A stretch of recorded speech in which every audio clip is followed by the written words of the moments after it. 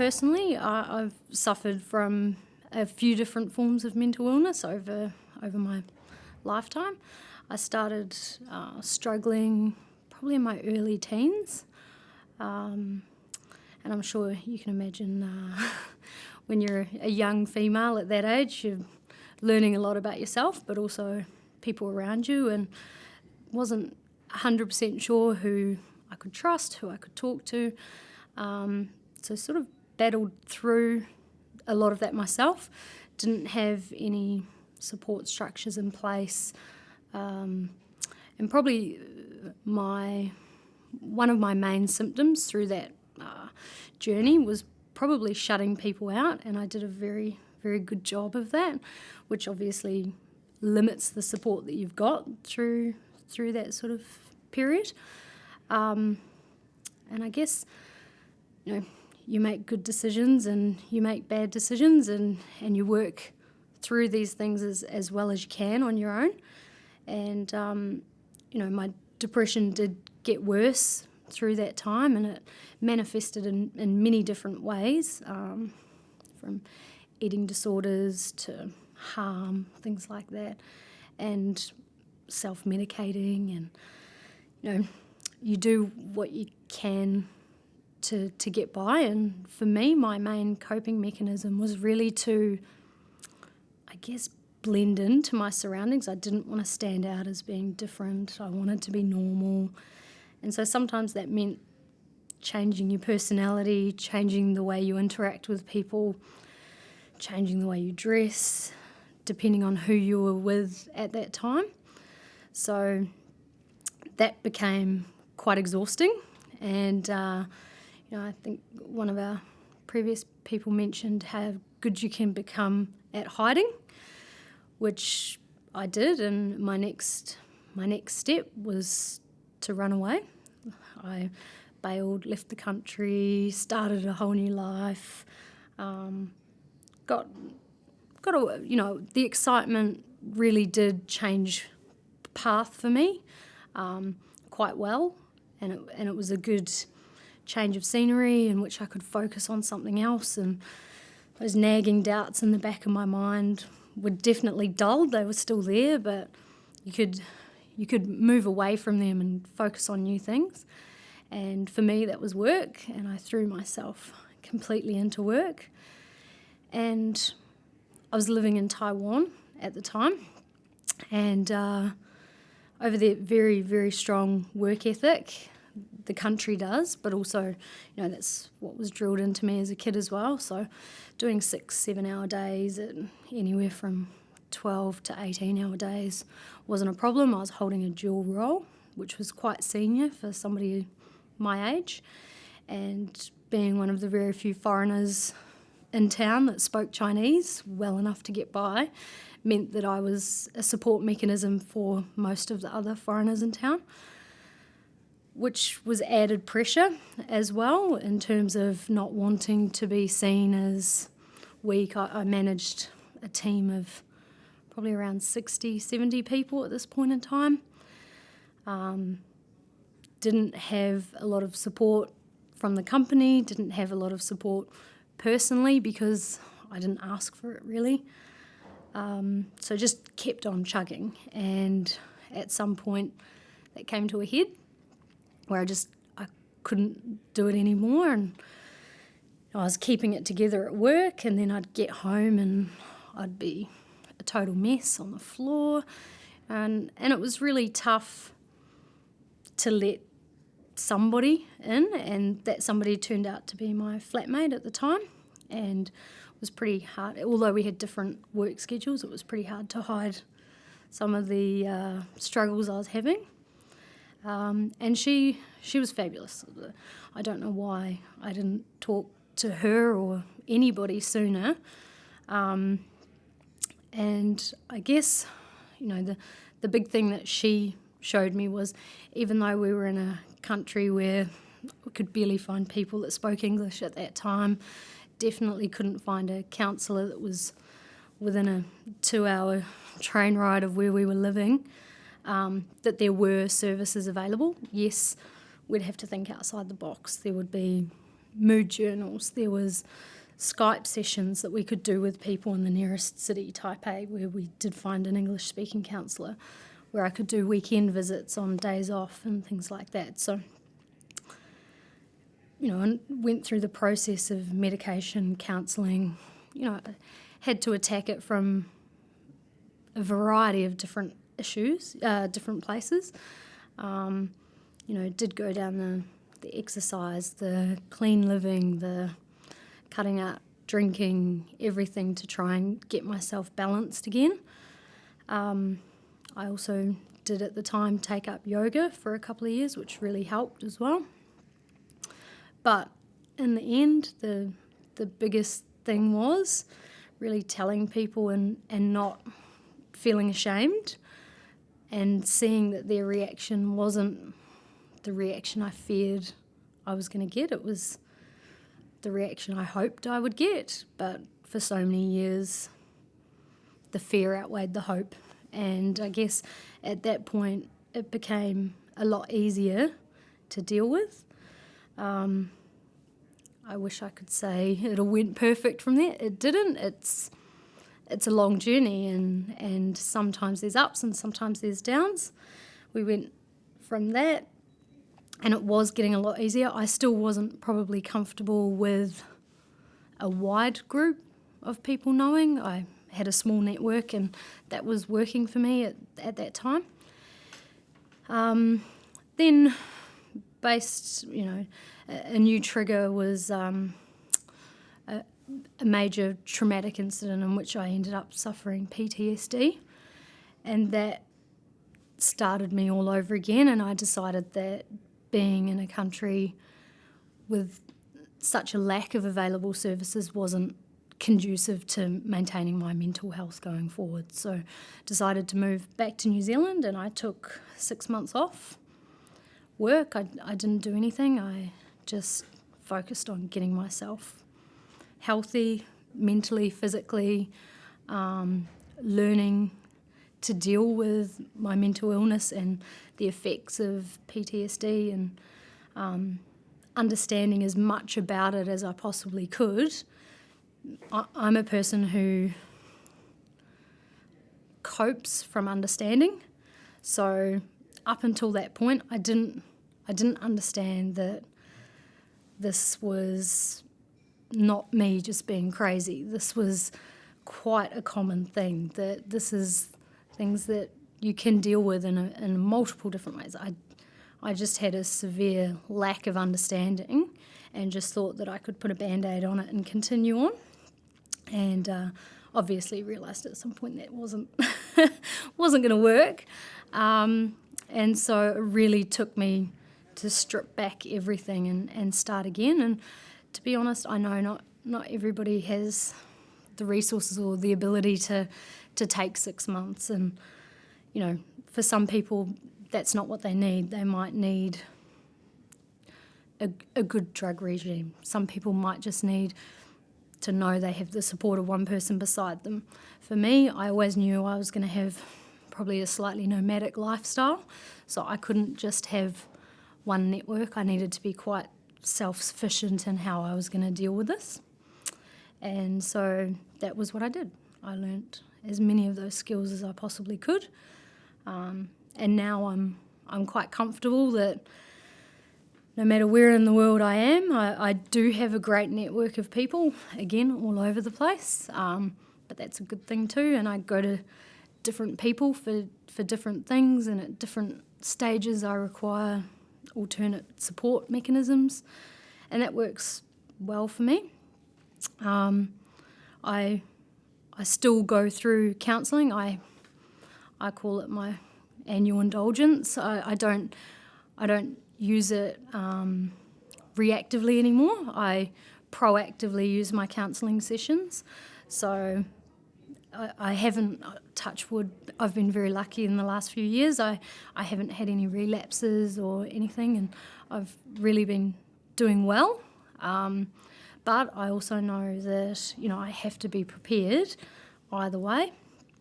And, I had a baby a couple of years ago and pregnant again now, so I know that I'm a prime candidate for baby blues and those sorts of things, so I have to have the people around me geared with the tools so that they can see the signs to help intervene if I'm not seeing them myself, because no matter how well equipped I am, I just may not see it. My reality, I might be so far into that I can't logically step my way back from it. So I need to make sure the people around me can see those signs as well.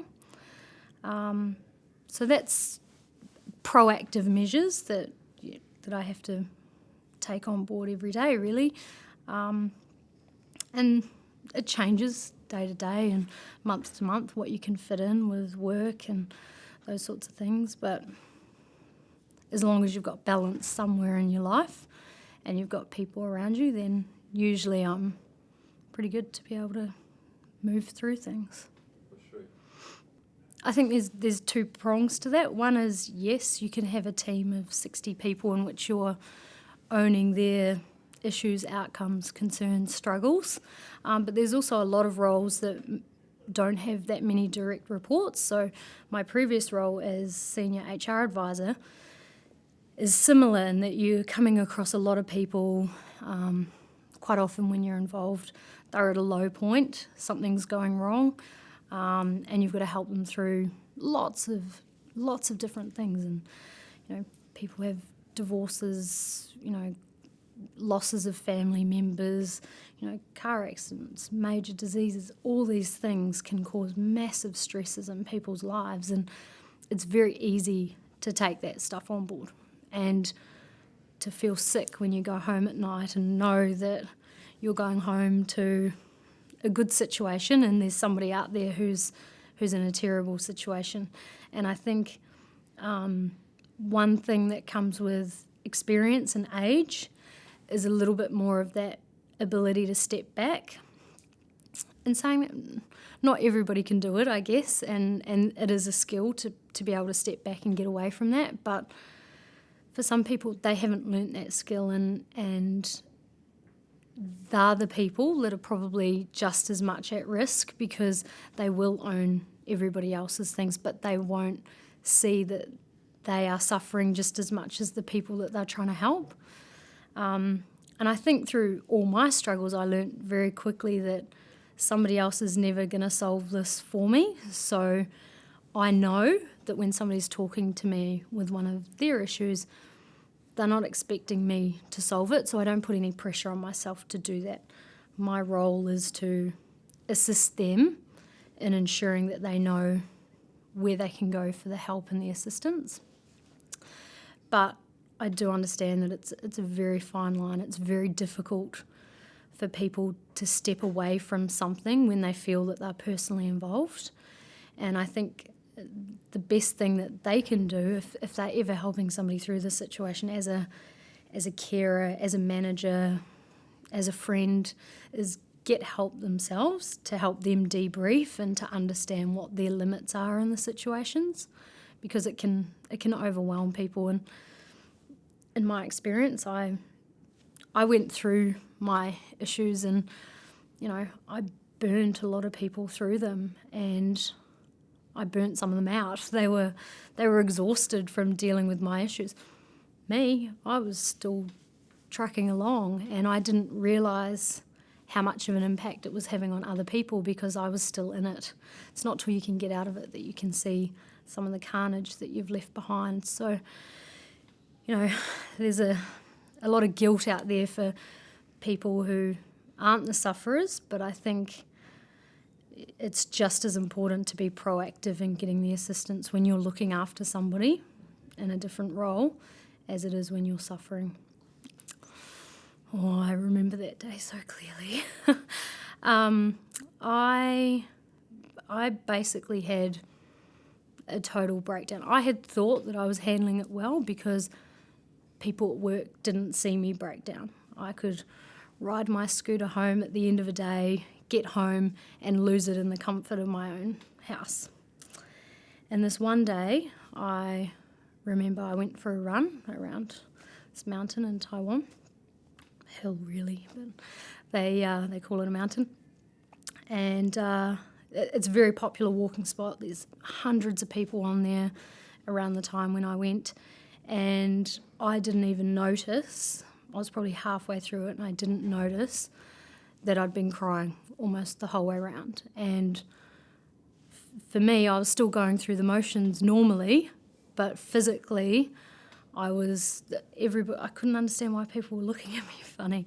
And I realised at that time that this was not something I could control if I didn't even realise that at that point my emotions had totally taken over. And I went home, and that was the night that I went home and spoke to my flatmate for the first time, went through, the history and the details of it, and, had somebody who sat there and cried with me. And, that night, that was when we started Googling and trying to find some services. And, a lot of people here in regional WA still struggle and with the same issues that I had back then, which is finding resource or getting help at the right times. And,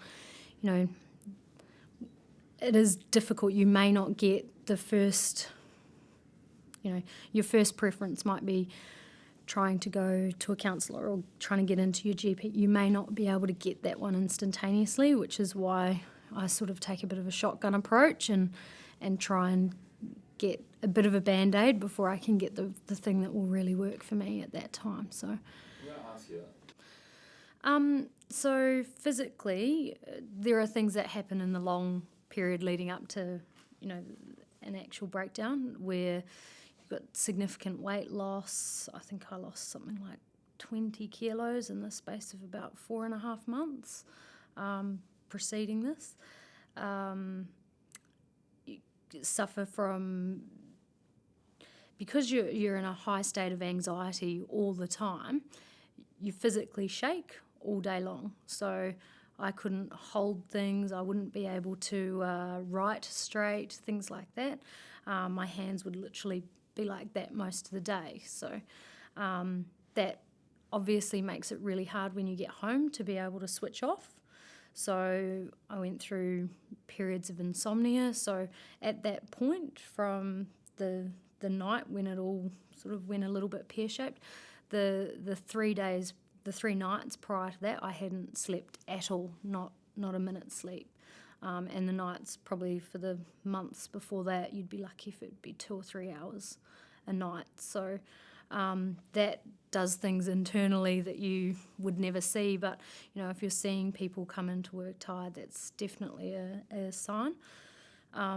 Me personally, after such prolonged periods of stress and anxiety and just continuing through that, I started losing my hair. My hair started falling out.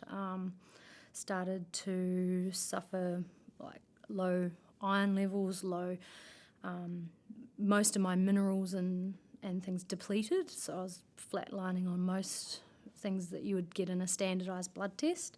And even today, that's something I struggle with, is maintaining reasonable levels, because I've done so much damage through prolonged periods of stress. And another one that's usually quite visible was some people could see it and some people couldn't, but my eyes became quite yellow because not sleeping, not eating, insomnia, become quite anemic, and your body just starts shutting down. So my eyes became very bloodshot, very yellow, and overall, people were noticing that but still didn't know what to attribute it to at that point in time. So the reason that's a hard question is because my parents did put those things in front of me. I don't think I was ready to accept them. Accepting them, to me, at that point in my life, was accepting failure. You're out of control. There's no, there's something wrong with you. You need to go find somebody to fix it. And I was quite a very independent kid, and I wasn't ready to accept that there was something wrong with me, because I wanted to keep up that facade of, I'm fine, there's no problems. I would, if I could do anything, I would sit that kid down and give her an absolute talking to about how pride is the biggest killer at the end of the day. Having pride in not wanting to expose your feelings, not wanting to, being too proud to say, I need help, being too proud to say, I'm struggling. I think that we all have different pressures. We all have different breaking points. My breaking point at 14 was very different to 24, which is very different to 34.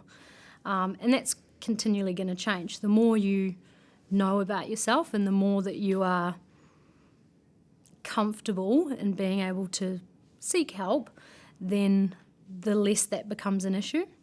I think one of the biggest stigma issues that we have is that people still ask why, like what was the trigger, what caused this?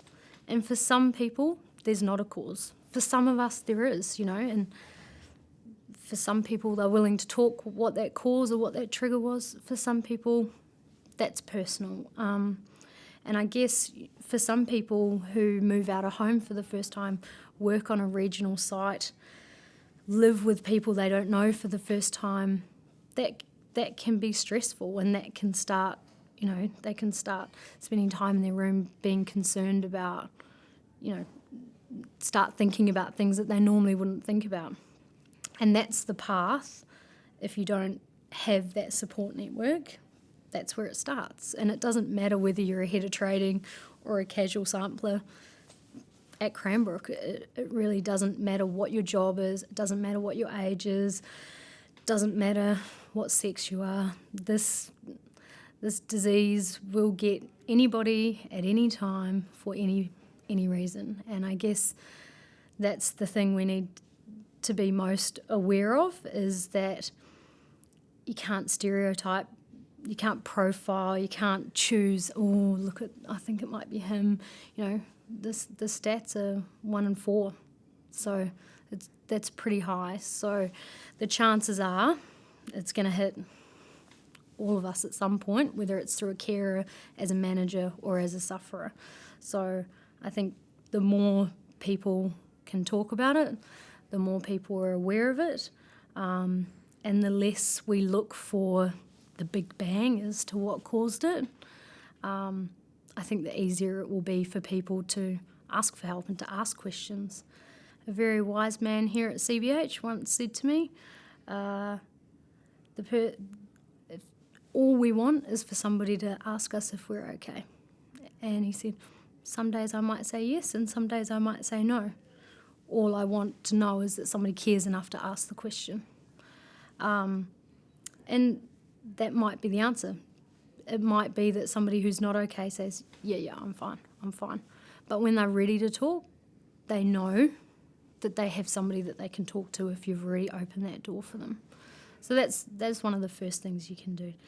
Second things, if you're the person that's struggling, let somebody around you know, because sometimes your behaviour becomes a little erratic, or you make decisions you normally wouldn't, and sometimes you don't see it. So having somebody else there to sort of say, hey, that was a bit out of character, what's going on there? That can be a huge assistance in moderating and understanding when your behaviour is shifting. Another thing that you can do if you think that something's changed for them and they're saying that they're okay, just make sure that door's open for, look, if you ever do need to talk, I'm here. And I guess the other thing is you don't own it. So just make sure that you're strong enough and you're in a position where you can do it. There are times where I haven't been in good enough mental health myself to be able to help somebody else. So I make sure that they have another person that they can go to here or at previous companies that I've worked at. So That's good. I am quite aware of what some of those things are now. I know what my triggers are. I know that if I'm taking on too many people's, there's a lot of stories or a lot of issues that are coming at me, long work, time away from family, things like those, they can all be triggers for me. So understanding what those triggers are is the first thing that I can do to understand. I always ensure that when I'm moving around, I've lived in quite a few different countries and different cities within those countries as well. So first thing I do before I move is talk to my friends, get recommendations of counsellors. I'm lucky I have one now in New Zealand that will take me on conference, and so I don't actually physically go in and see somebody anymore. I can do it over the phone or over Skype. That helps me because I know that I've got somebody there all the time if I need them. We have that service available at CBH. We have People Sense who managers can go and see. It's free. It's for people's families as well. So, if it's not me and maybe my husband was struggling, then I can send him. And that's a huge help, just to have a service that you can just unconditionally use when you're struggling or when somebody around you is struggling. And for many people, they only go once or twice. It's just that ability to get started somewhere. But for people who are new to this and don't know they haven't been through it, this might be the first manifestation or the first time that they've actually understood what they're going through. Could be depression, anxiety, something along those lines, panic attacks. They need to see a GP because that will start the ball rolling in terms of getting them what other services they need, whether it's medication, whether it's exercise programs, whether it's counselling, whether it's outplacement. There's so many different ways in which different forms of this illness can be treated, but I don't know them all, and nobody is expected to know them all, so that is why we go to professionals and they can point people in the right direction. If there's one thing I've learnt is that you have to be comfortable. This is an extremely difficult thing to go through, and if you've hit rock bottom and you're at the point where you haven't proactively sought assistance, the first person you go to may not be the right person. It's worth trying things 2 or 3 times. I think it was my 3rd counsellor before I was comfortable even disclosing my history and my background, because I just didn't click with the first. It was nothing they did. They didn't do anything wrong. I just didn't feel a connection, and so I went to different ones. And you can never underestimate the importance of having that connection with not just your GP, but also any counselling or extra services that you get. I think the reason why I'm okay with doing it is because I've told my story many times before. So I've got to a point where I'm comfortable with it, and I've had such great reactions and support from people along the way. I've had a couple of negative reactions, but in context, I've been suffering with this for almost 20 years now, so that's a lot of people I've come across in my lifetime. So I'm okay with that, and they didn't break me. I continued, and the positives have always outweighed the negatives. I guess another factor for me is I'm seeing it in my role as an HR advisor here. I'm seeing it manifest in much stronger ways than I did when I first joined the company. And that saddens me, and it hits home because, like any mental illness, it's not just the one person that's struggling. It's their teammates, it's their manager, it's their wife, husband, it's their children, parents. So many people around them feel helpless, and if this is a way in which we can start a conversation and that people can see that it is okay, that, I've spoken to my manager, they understand where I'm coming from. On days where I can't face things, it's okay for me to call up and say, I just can't do it today, and that I have that support available. And I think in the past, there are many companies today that still don't make it okay.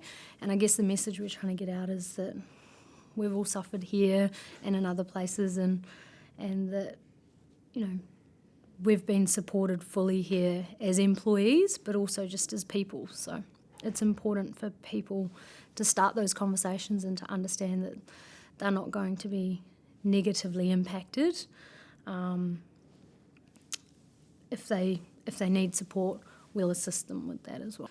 I think the stance CBH is taking is that no one size fits all.